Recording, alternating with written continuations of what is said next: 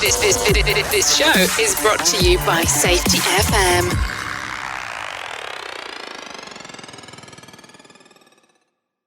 Warning, the following broadcast contains adult language, adult content, frank safety discussions, and stories that might sound unbelievable. But believe me, every one of those stories is true. We didn't start the safety war, but we are going to fight to win it. For our families, for our communities, for our workplaces, and for our lives. I wanted to thank everybody for the input that I received last week on last week's episode on the Texas mass murder situation in Uvalde schools. With a lot of controversial things, some people love you, some people hate you. I appreciate a lot of the feedback because it helps me to argue a little bit better, to know where I need to work on some areas and things of that nature. So I welcome feedback. This week, we're going to talk about short answers and the importance of short answers when you're dealing with people. Back, it must have been around 2011, I came across a book by a guy named Mark McClish, who does a lot of training in what's called Statement Analysis, which is a registered trademark, not mine. And what it is the process of analyzing a person's words to see if the person is being truthful or deceptive. And I use this book in a lot of accident investigation classes and in sections, so I could teach people how, and especially people on my staff, how do you determine whether someone's telling the truth or not. Of course, nobody ever reads this book. It's highly recommended. So I did a presentation. I developed the presentation on it. You could give me a call. I could deliver it to your organization. Anyway, today, now I read this book and, I know you're lying. Yeah. They're detecting someone else's deception. But are you giving off yourself a aura of deception and sabotaging yourself? That's what I learned from the book. How I had a tendency back in my early career of sabotaging myself because I wouldn't do something. It's called shut up. Real simple. You make your answers short and sweet.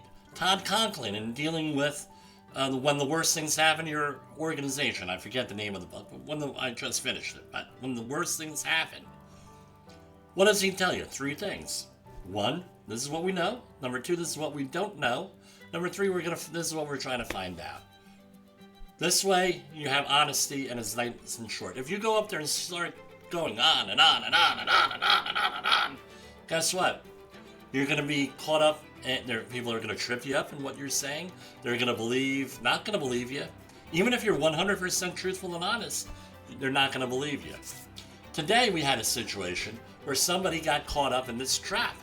And I coached the guy. The guy got pumped up to his management and paperwork, and it's a nightmare. I said, look, let me give you a little coaching here. When someone asks you or tells you something, safety violation, police officer, what, doesn't matter. And I love law enforcement. I got them in my family. I love them. I have law enforcement. Nice, short, and sweet answers. If you start to go and start going on and give explanations, sounds like you're giving excuses. Sounds like you're not telling the truth, even if you are telling the truth. If someone does that to you, where they keep on making excuses and going on when a simple yes or no answer would be sufficient, that may be a reason to believe you're being lied to or there's deception. So what's the moral of the story? Short, sweet answers in as few words as possible if you're asked a question. And remember, we do have what are called Miranda rights in the United States. You have the right to remain silent. Why? Because anything you say or do can and will be used against you in a court of law. Well, guess what? How many people give up their Miranda rights without knowing it? And they don't assert those Miranda rights. That's an issue. So again, short, sweet answers. That's today's lesson. That's how we're going to fight the safety war, and that's how we're going to win it, by being believable. For Safety Wars, this is Jim Posel. Is your safety training old, stale, and hackneyed? Is your safety trainer still preaching a warped version of behavior-based safety? How about safety training that actually addresses your hazards in your workplaces and is not standardized baloney from 25 years ago? Contact the Safety Wars team at safetywars.com or call Jim Posel at 845-269-5772. Remember, if you're receiving this message, you are the solution to unsafe workplaces. The views and opinions expressed on this podcast are those of the host and its guest and do not necessarily reflect the official policy or position of the company. Examples of analysis discussed within this podcast are only examples. They should not be utilized in the real world as the only solution available, as they are based only on very limited and dated open source information. Assumptions made within this analysis are not reflective of the position of the company.